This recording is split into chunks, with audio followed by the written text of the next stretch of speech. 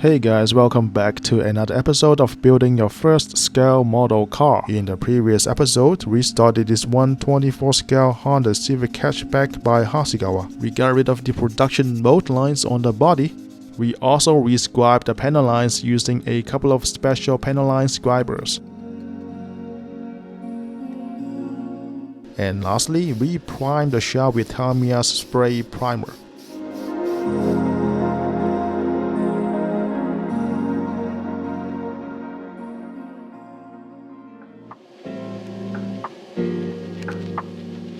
With the body all prepared for paint, I can go ahead and start painting it. But before I hit it with a base coat, I need to prime it white. Since I don't have any spray cans left, I will have to use Tamiya's white primer in a bottle. Unlike the primer in the can, this primer in a little bottle is rather thick, so I will have to thin it with thinner. I'll be using the airbrush to apply the primer. I will spend a little more time talking about using the airbrush in the next video when I paint the rest of the part with it.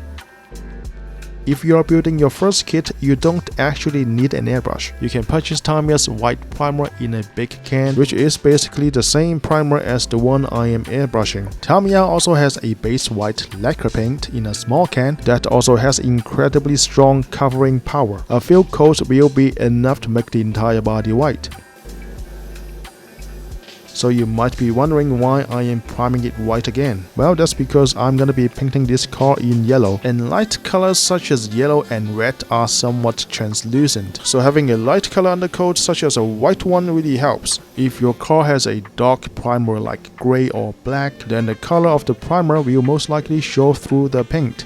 In short, the color of your undercoat will affect the tone of the final paint job. Generally, if you are painting bright colors like yellow, red, pink or blue, then having a white undercoat will make your paint really pop. It will also save you a ton of paint. For everything else, a gray undercoat will be just fine.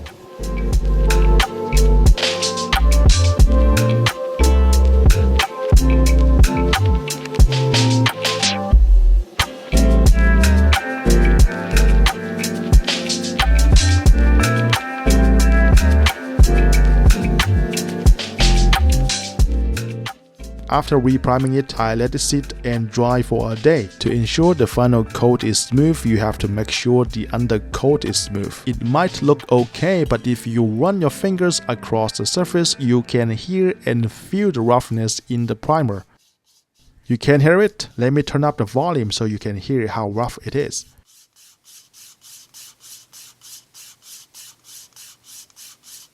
To make sure it's smooth, I'm sanding it with 2000 grit sandpaper, but this time I am wet sanding it, meaning I am adding water as a lubricant. That way the sandpaper is less abrasive. You don't want to strip it all the way down to the bare plastic. You just need to smooth it down and remove all the primer dust.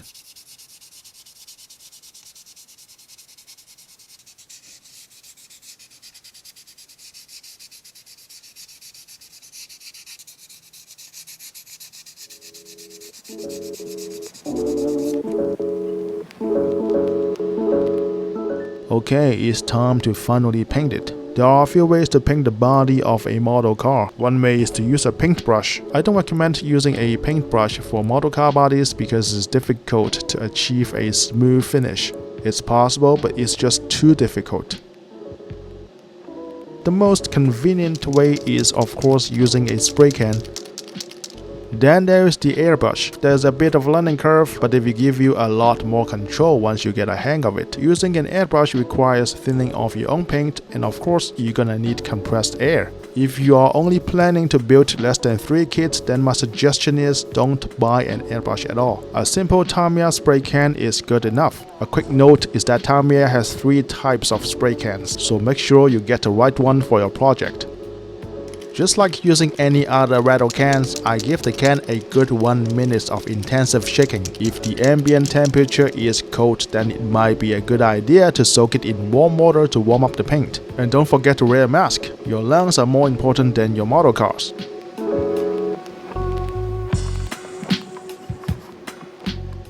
The very first coat doesn't have to be thick. It doesn't even have to cover the entire car. Just a few quick passes, it's just there, so the second layer we have something to hang on to.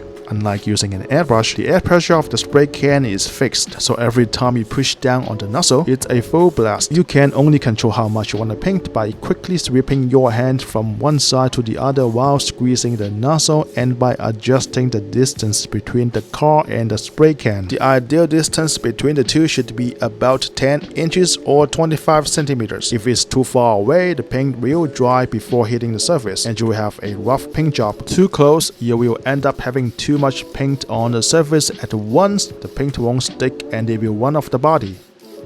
After the first coat, I let it dry for a few minutes before spraying the second coat. For the second coat, I moved the spray can slightly closer, but my hand motion is also a little faster.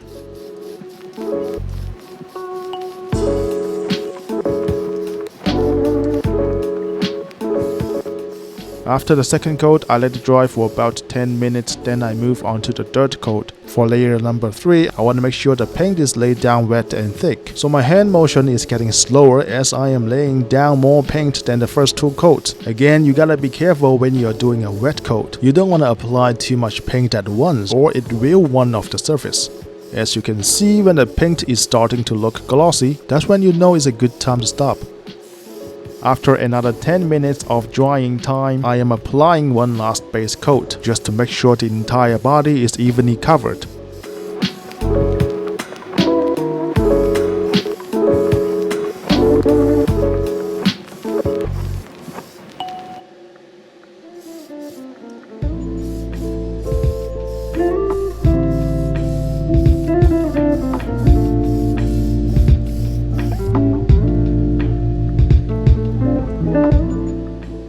After the final base coat has been applied, I let it dry overnight, then I can inspect it for imperfections. Once I'm sure the base coat is in good standard, I then move on to spraying the clear coat.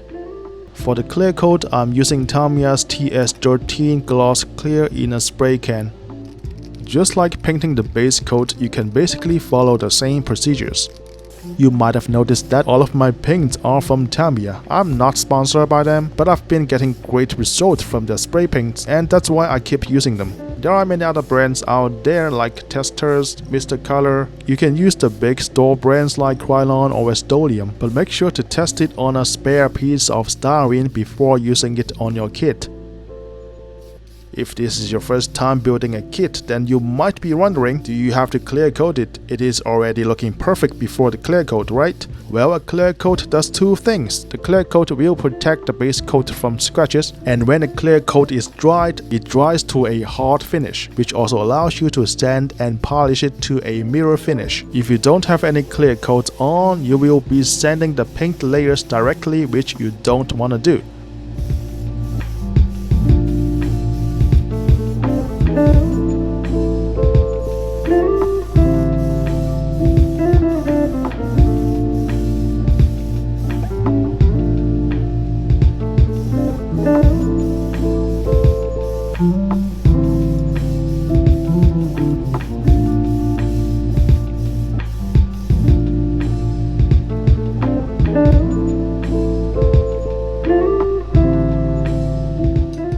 After the final clear coat, I let the body cure in a storage container to keep the debris from landing on the paint.